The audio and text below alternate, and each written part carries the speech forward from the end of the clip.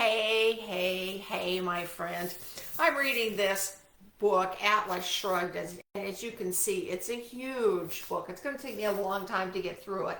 This is called, if you've not read this, it's called the philosophical fiction. Now, I'm not 100% sure what that means, but this book was given to me to read, so I figure I'm supposed to read it. But anyway, I'm just getting started in the book, and one of the things that the author asks or talks about is reach for your best.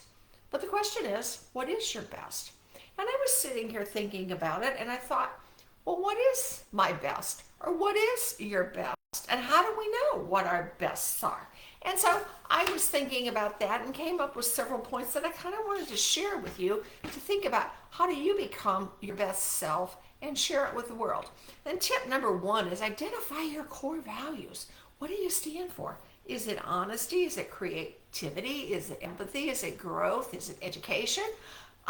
When I think about what do I stand for, it's how do I make the world a better place and lift people up and make you think about things in a different way. I mean, that's really one of the things that's super important to me.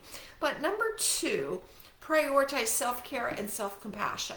I can't tell you how important this is of prioritizing self-care and self-compassion. I don't know if you're like me, but I used to beat myself up. Oh my gosh, I set this goal and I didn't meet it.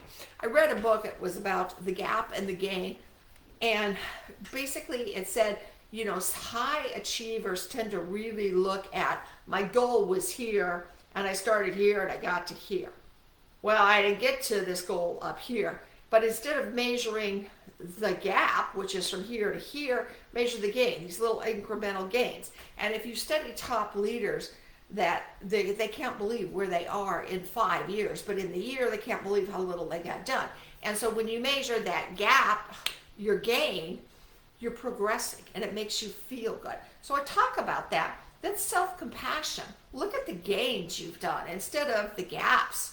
And hopefully nobody's going downhill, but sometimes you do. You go downhill and you got to turn around and come back uphill and turn it around. But prioritizing self-care. It used to be I slept 2 or 3 hours a night. I had so much going on and I was running here and running there and doing something else. And now, boy, getting to bed and getting a good night's sleep is really important to me, because when I do that, I feel so much better and function so much better. This morning I was up before 5 o'clock. 5 a.m. and it just makes me feel good to get up, see the sunrise, get my workout done. These are kind of some of the things I do. I do a morning workout, I do meditation, I do gratitude statements, and that just starts my day. It's just important. So for me, sleep, and these may not be your important things, but when I think about self-care, it's sleep, it's meditation, it's working out, and it's writing gratitude. Those are so important to me. I do it at night too. And then set your goals.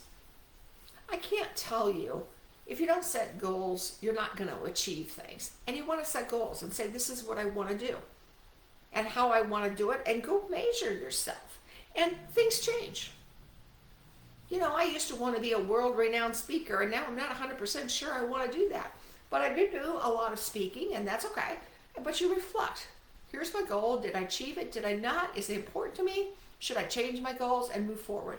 So I want to wrap this thing up with, I want you to think about who you are and how would you be the best version of yourself. And there's 3 things to do. Number 1, identify your core values. Number 2, prioritize self-care and self-compassion. And number 3, set goals and reflect regularly. Hey, I thank you for joining me. Have an amazing day. Bye for now.